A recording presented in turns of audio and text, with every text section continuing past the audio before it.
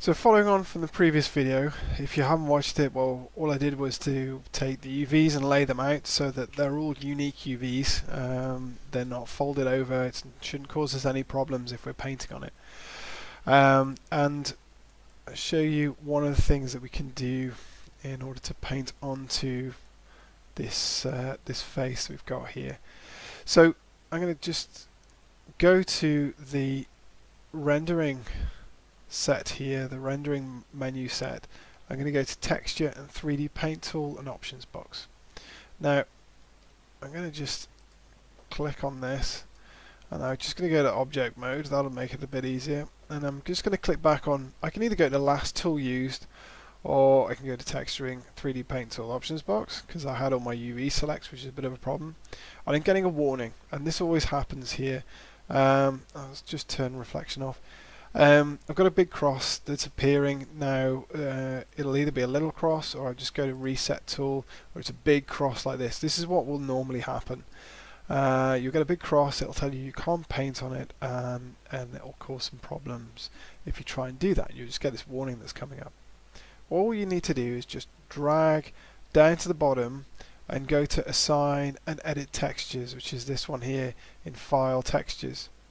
If I go to this and I'll change, I just want a slightly higher resolution text than this. It just gives you some options for creating texture sizes. I'm going to go up to 1024.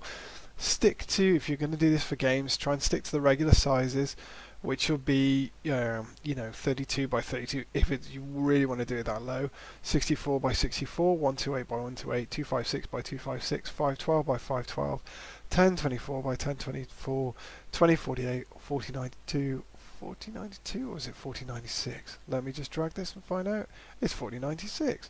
4092 is so I'm just getting confused with. So for this one, I'm just doing 1024. That's perfectly adequate for what I need. I'm keeping the same aspect ratio. You don't need to if your aspect, if you're doing something really tall, work out your aspect ratio and then create an image to suit. I'm just going to leave it in the Maya if format, and then I'm just going to go to assign edit textures and close. And now what it'll do is it'll let me paint. Normally it'll leave it as the default color is black, and you'll see the different paint options I've got. So if I go through these, I've got the standard one, which is the soft brush, and that normally will create a soft brush which is about the same width as the area shown in red. So if I just paint on this, it'll create sort of a slightly soft edged brush, which contrasts with a hard edge one, which is this one here, which is a solid brush profile. Where I paint on this, it just creates solid edges. And then you've also got a Gaussian one, which is this one here, which is a slightly smaller one, which also has sort of a fairly good pressure sensitivity to it as well.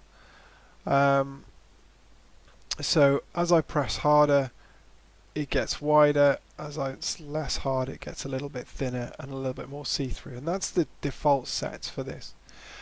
I've also got a square one, which is what I don't usually use very much, but you can apply textures to this, which can be quite handy. And I've also got some other objects, some other options as well, which are I can flood, so I can flood the whole image here. So if I want to give it a sort of pallid facial face color, I'm just going to use a texture like this one. Just going to press enter. I can flood paint, and it'll flood the entire thing. I can also, well, I can either do selected faces, or I can just flood the whole thing. Normally, before I start painting, I flood the entire thing with the base color that I'm trying to use. I've also got some different types of brushes. The standard one is the artisan one, which is the artisan paintbrush. But I've also got paint effects, which work pretty well as well. So if I go to the paint effects version, I can just, it's got a slightly, the default brush has a fairly sharp edge to it, but it's good in that it has good pressure sensitivity, and you can change it. There's a number of different ones you can load in. using the visor as well if you wanted to play around with those. But let's say I wanted to do some bags under the eyes here. I could use this brush to just create some bags under the eyes, and you know, maybe a nostril or something in here, and you know, a mouth or something like that. Now, one of the problems is you'll probably have spotted is I'm only painting on one side, and that's something I want to change. Also, I want to be able to change the width of the brush. I'm going to hold down B, and I can drag left and right, and I can change the width of the brush as I need to. So that's one of the things that I can do. I can just quickly change this width. And if I go up to the top here, the top left hand side, you can see the scale there changes as I hold down B and I just drag. And it's a left mouse button if you want to do it with a mouse. I'm using a Wacom tablet, which is much quicker for me. The other thing I can do is I want to really be able to paint on both sides at the same time, so I just turn on reflection, and if I do that, what you'll notice is you'll get some odd results if the default is not reflecting in the plane you want it to reflect. It's either going to be X or Y unless you're painting something which is horizontal. So I'm just going to, it's either going to be X or Z unless you're painting in something that's horizontal. It was in X. That didn't really work for me because it's trying to paint along the mid-axis in the X. If I show the grid, I'll show you where that is. So that's the middle of the origin, and it's trying to paint on either side and getting a bit confused. So I'm going to change it to Z, and so it's painting down the Z axis. And there, if I want to give it eyebrows, it's going to create the eyebrows for me on that side as well. And if I want to create bags under the eyes, it's going to do that. And if I paint in the mouth, it's going to do that for me too. I can even give him a moustache and a beard if I want to. Fell off there for a second. Let's have a look. So it's got me a beard. It's got a bit quirky there for a second, but on the whole it's worked okay. And just give him some ears, blah blah blah. So that's all working okay in there. I can change this color pretty easily, so if I want to create some highlights and just use the ink dropper, in the paint effects tool that does not work so well. I have to go straight into the color and select the ink dropper from there and choose that one, and let's say I choose a lighter shade. It'll take the shade that it finds in the viewport, not the default shade. Not the default shade. Sorry, the diffuse shade. So I'm going to try that one, and I'm going to just paint this. Seems to be stuck in. There we go. So it's a bit light for me, so I'm going to turn it up a bit. So if I want to create some highlights on the brow there, I can do. So give them a slightly lighter brow, and some highlights on the cheeks there, and on the nose. I can do that like that there, and I can also smudge it and smear it around, so I can just take that and I can just blur it like this by rubbing into it and just creating a blurring effect. I also use blur there as well, and that'll blur it too. So I can start, just like using pastels, I can just start working into this character. And if I get fed up with it and I don't feel it's the right thing, I can go back and I can flood it and change and flood it with a new color if I wanted to.